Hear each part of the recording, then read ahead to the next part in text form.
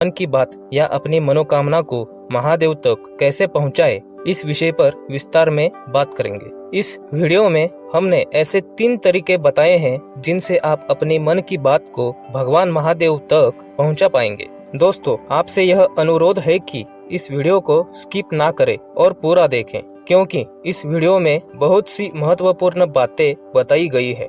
आप स्किप करेंगे तो आप किसी महत्वपूर्ण बात को मिस कर देंगे। दोस्तों, होता क्या है कि हम लोग सालों से मंदिर जाते हैं, पूजा करते हैं, तंत्र मंत्र यंत्र का भी सहारा लेते हैं ताकि भगवान हमारी मनोकामना को सुने और उसे पूरा करें। लेकिन अनेक सालों बाद भी हमारी मनोकामना पूरी नहीं होती। कुछ लोगों की प्रार्थना भगवान तुरंत सुन लेता है, पर हमारी नहीं सुन रहा। ऐसा क्यों? आपने कभी सोचा है? आपने कभी यह सोचा है कि अपनी कुछ ना कुछ तो गलती जरूर होगी जिसके कारण महादेव हमारी मन की बात को नहीं सुन रहे? तो आइए जानते हैं इन 3 तरीकों के बारे में जिनके इस्तेमाल से हम अपने मन की बात महादेव तक पहुंचा सकते हैं। पहला तरीका है नंदीश्वर।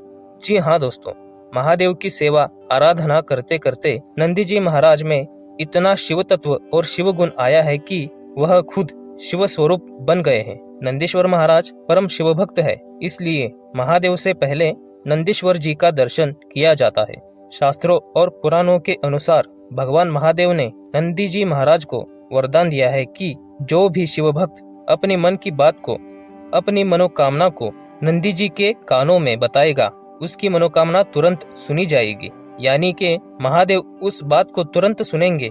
महादेव के मंदिर के बाहर नंदीश्वर जी महाराज इसलिए विराजमान होते हैं क्योंकि शिव भक्तों की बात महादेव तक आसानी से पहुंचा सके। नंदीश्वर जी महाराज महादेव के सिर्फ वाहन नहीं है, अपितु वह महादेव के उच्च कोटि के भक्त है।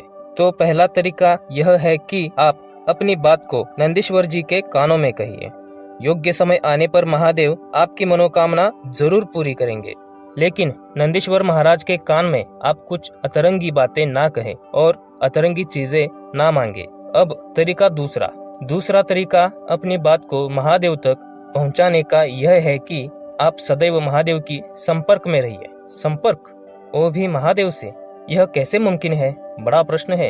यह मुमकिन है दोस्तों। हमारा राष्ट्र भारतवर्ष साधु संतों की भूमि है, सिद्धों की भूमि है। उन सभी साधु संत सिद्धों ने हमें नाम जप के बारे में बताया है। दोस्तों, यह सबसे आसान तरीका है। आपको मंदिर भी जाने की जरूरत नहीं है या फिर किसी तीर्थ स्थान पे भी जाने की जरूरत नहीं है।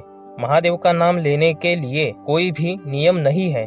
खुद महादेव यम और नियम से परे हैं। तो हम कौन होते हैं उनकी भक्ति को यम नियम लगाने वाले? साधु संतों ने भी कहा है कि आप बैठते उठते, खाते पीते, सोते नहाते जागते या फिर कोई भी रोजमर्रा का काम करते वक्त नाम ले सकते हैं, यानी नाम जप कर सकते हैं।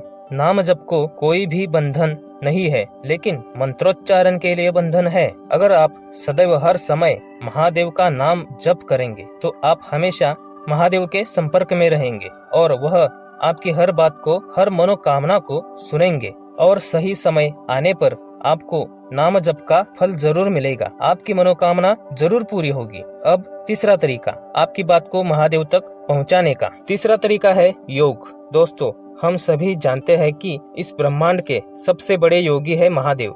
महादेव को योग योगेश्वर कहा गया है। यह तरीका थोड़ा कठिन है लेकिन बहुत सटीक है। महादेव हमेशा ध्यान में रहते हैं।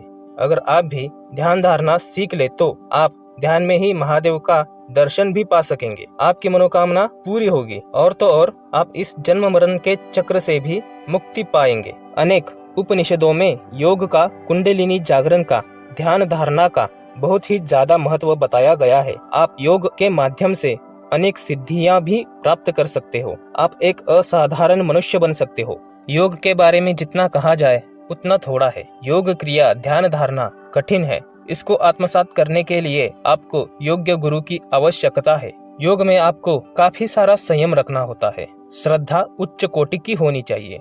लेकिन जब आप योग्य अभ्यास करके योग निपुण बन जाएंगे तो इस ब्रह्मांड के बहुत सारे रहस्य भी जान पाएंगे। अब यह तो हुआ तीसरा तरीका। दोस्तों, तीनों तरीके आपको बताए हैं जिनसे आप अपने मन की बात को, अपनी मनोकामना को महादेव तक जरूर पहुंचा पाएंगे। लेकिन दोस्तों, और भी कुछ महत्वपूर्ण बातें हैं जिनका अनुकरण करके आप अपनी मन की बात महादेव तक पहुंचा सकेंगे। जैसे कि आप में महादेव के प्रति अटूट विश्वास और श्रद्धा होनी चाहिए। आप में सच्चाई होनी चाहिए।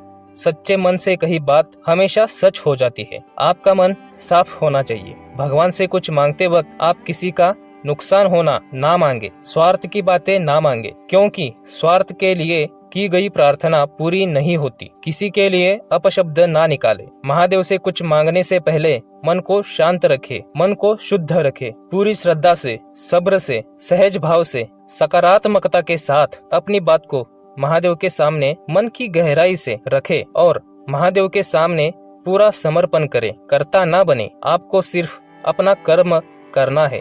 जनहित का विचार करें। अगर आप इन सभी बातों का अनुकरण करते हैं तो महादेव सही समय पर आपके मन की बात को सुनेंगे भी और आपकी मनोकामना को पूरा भी करेंगे। तो दोस्तों, आपको यह वीडियो कैसा लगा जरूर बताएं। कमेंट कीजिए, वीडियो को लाइक और शेयर कीजिए। महादेव की भक्ति का प्रसार करने में हमें सपोर्ट कीजिए। चैनल को सब्सक्राइब कीजिए ताकि महादेव से और अध्यात्म से जुड़े और भी रोचक वीडियो पहले आप तक पहुंच सके। तो दोस्तों, अब समय है आपसे विदा लेने का। फिर मिलेंगे महादेव दर्शन